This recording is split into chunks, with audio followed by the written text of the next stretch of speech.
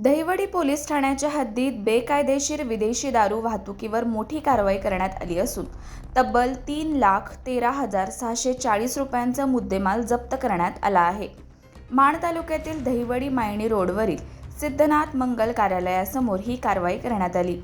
दिनांक 18 मे 2026 रोजी सायंकाळी 10:30 वाजण्याच्या सुमारास दहिवडी बाजूकडून मायणीच्या दिशेने जाणारी पांढऱ्या रंगाची मारुती ओमनी गाडी क्रमांक MH11 CQ 1322 संशयास्पदरित्या जात असल्याची माहिती दहिवडी पोलिसांना मिळाली होती। पोलिसांनी तात्काळ गाडी अडवून तपासणी केली असता वाहनामध्ये विदेशी दारूच्या बॉक्सचा मोठा साठा आढळून आला आहे।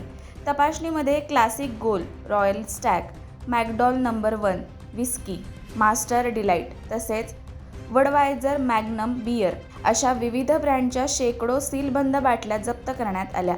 यामध्ये 48 बाटल्या क्लासिक गोल्ड, रॉयल स्टॅगच्या 2 लिटरच्या बाटल्या, 90 मिलीच्या बाटल्या, मॅकडॉल नंबर 1च्या 180 आणि 90 मिलीच्या बाटल्या तसेच मोठ्या प्रमाणात मास्टर डिलाइट आणि वडवायझर बियरचा समावेश होता।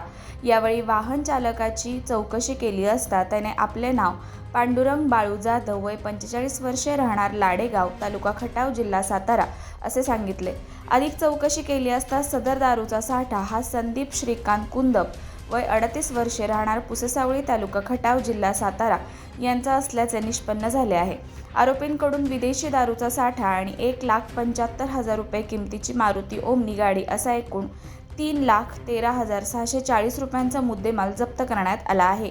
या प्रकरणी महाराष्ट्र दारूबंदी कायदा कलम 65E अंतर्गत दहिवडी पोलीस ठाण्यात गुन्हा दाखल करण्यात आला असून आरोपींना BNSS 35(3) अन्वये नोटीस देण्यात आली आहे। पोलीस कॉन्स्टेबल गणेश भगवान खाडे यांनी सरकारतर्फे फिर्याद दिली असून सहाय्यक पोलीस निरीक्षक DP दराडे यांच्या मार्गदर्शनाखाली पुढील तपास सहाय्यक पोलीस उपनिरीक्षक PA खाडे करत आहेत। दहिवडी पोलिसांच्या या कारवाईमुळे बेकायदेशीर दारू वाहतूक करणाऱ्यांमध्ये खळबळ उडाली असून परिसरात या कारवाईची जोरदार चर्चा सुरू आहे।